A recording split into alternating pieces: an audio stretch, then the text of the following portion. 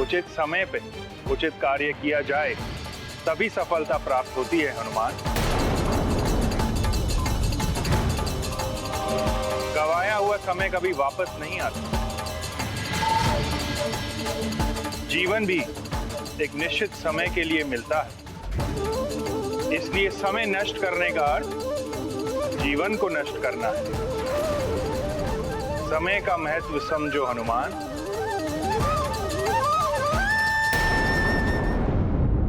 सूर्यदेव श्रेष्ठतम कर्म योगी हैं। सूर्यदेव कर्म ही जिनका धर्म है। नियत समय पर निर्धारित कर्म, समय के नियम का कठोरता से पालन करते हैं सूर्यदेव। नियत समय पर निकलना,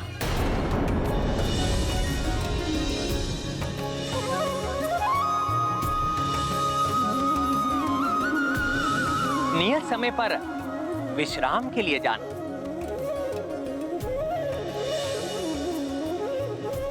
उनके इसी कर्म से संसार सुचारू रूप से ऊर्जावान एवं चलायमान रहता है। सूर्य देव के निकलने से पूर्व की प्रातः बेला ब्रह्म मुहूर्त कहलाती है। यही समय शिक्षा ग्रहण करने एवं साधना के लिए सर्वोत्तम माना जाता है। छात्र हनुमान हो या कोई अन्य छात्र, सबके लिए सर्वश्रेष्ठ और लाभकारी होती है ये प्रातः बेला। मैं समझ गया गुरुदेव, मैं अपनी भूल के लिए क्षमा प्रार्थी हूँ।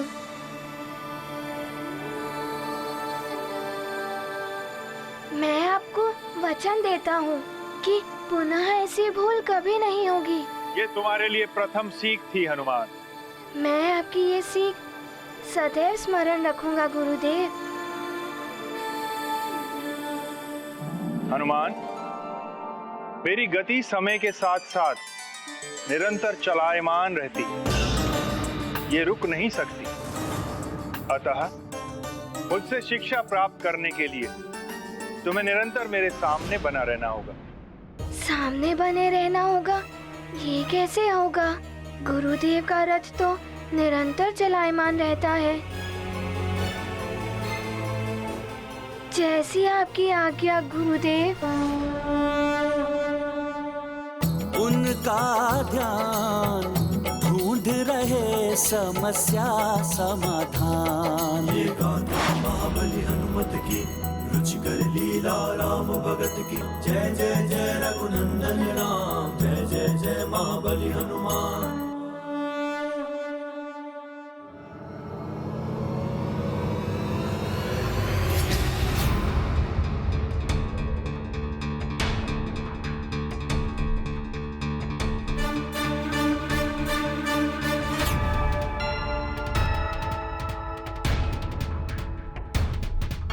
इतनी तीव्र गति में रथ के सम्मुख बने रहना तो बहुत ही कठिन है। क्या करूं मैं?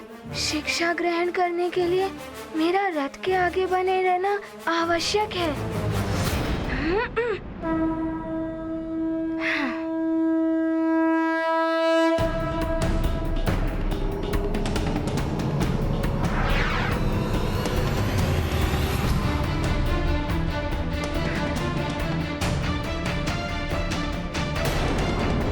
हनुमान, शीघ्रता करो, इस प्रकार तो तुम्हारी शिक्षा का बहुमूल्य समय नष्ट हो जाएगा। जब तक तुम रथ के सम्मुख नहीं होगे तुम्हें शिक्षा प्रदान नहीं कर पाऊंगा मैं हनुमान। मुझे गुरुदेव के सम्मुख बने रहने के लिए रथ के सामने उल्टे चलना होगा। विपरीत दिशा में हुए गतिमान, युक्ति अपनाते हनुमान। भंग ना हो उनका ध्यान, ढूंढ रहे समस्या समाधान। ये गाथा महाबली हनुमत की, रुचिकर लीला राम भगत की। जय जय जय रघुनंदन राम, जय जय जय महाबली हनुमान। ये क्या कर रहे हो हनुमान? पीछे से आने वाले उल्कापिंडों से कैसे बचोगे तुम?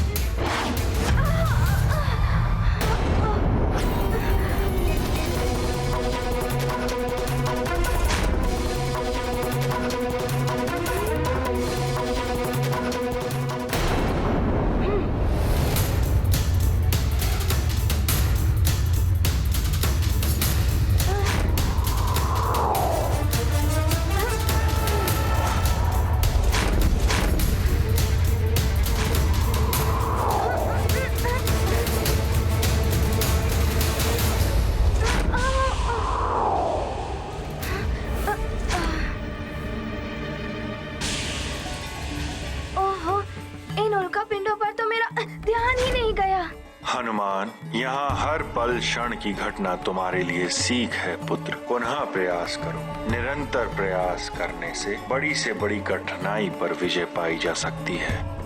कठिनाई तो बहुत बड़ी है। समान गति से भी गुरुदेव की ओर उन्मुख होकर चलता हूँ तो पीछे नहीं देख पाऊंगा।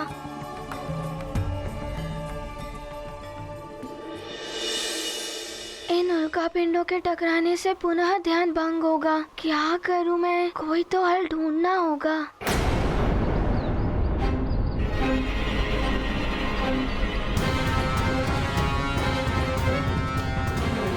शीघ्र आओ, बस हम पहुंचने ही वाले हैं धूम्र पर्वत की तलहटी पर।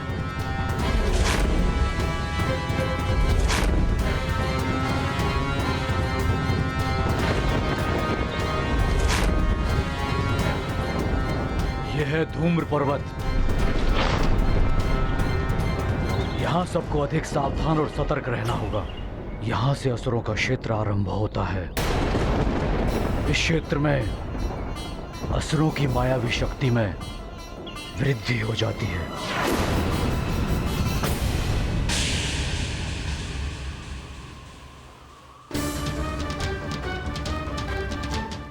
अति उत्तम हनुमान। ये आपके आशीर्वाद के कारण ही संभव हुआ है गुरुदेव। आपको नमन। अब आप शिक्षा देना आरंभ कर सकते हैं देव। हनुमान, मेरे वचन के अनुसार तो तुम्हारी शिक्षा का श्री गणेश प्रातः काल से ही हो गया है। अभी तक तुम्हारे साथ जो भी हुआ है वो एक सीख है तुम्हारे लिए। इसे सदैव स्मरण रखना। गुरुदेव, विलक्षण ज्ञान है ये तो। मैं आपकी सिखाई गई एक एक सीख को ध्यान में रखूंगा। सूर्य देव की समस्त शिक्षा, समस्त ज्ञान हनुमान को उसी समय प्राप्त हो गया था जिस समय हनुमान ने सूर्य देव को एक आकाश फल समझकर मुंह में रख लिया था।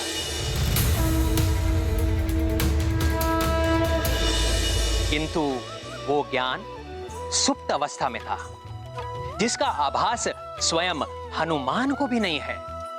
सूर्य देव उसी ज्ञान को जागृत कर रहे हैं। हनुमान को भविष्य में होने वाले जिन कार्यों के लिए गुरु ज्ञान की आवश्यकता है, उन कार्यों के लिए और भी अधिक विकट परिस्थितियों का सामना करना पड़ेगा।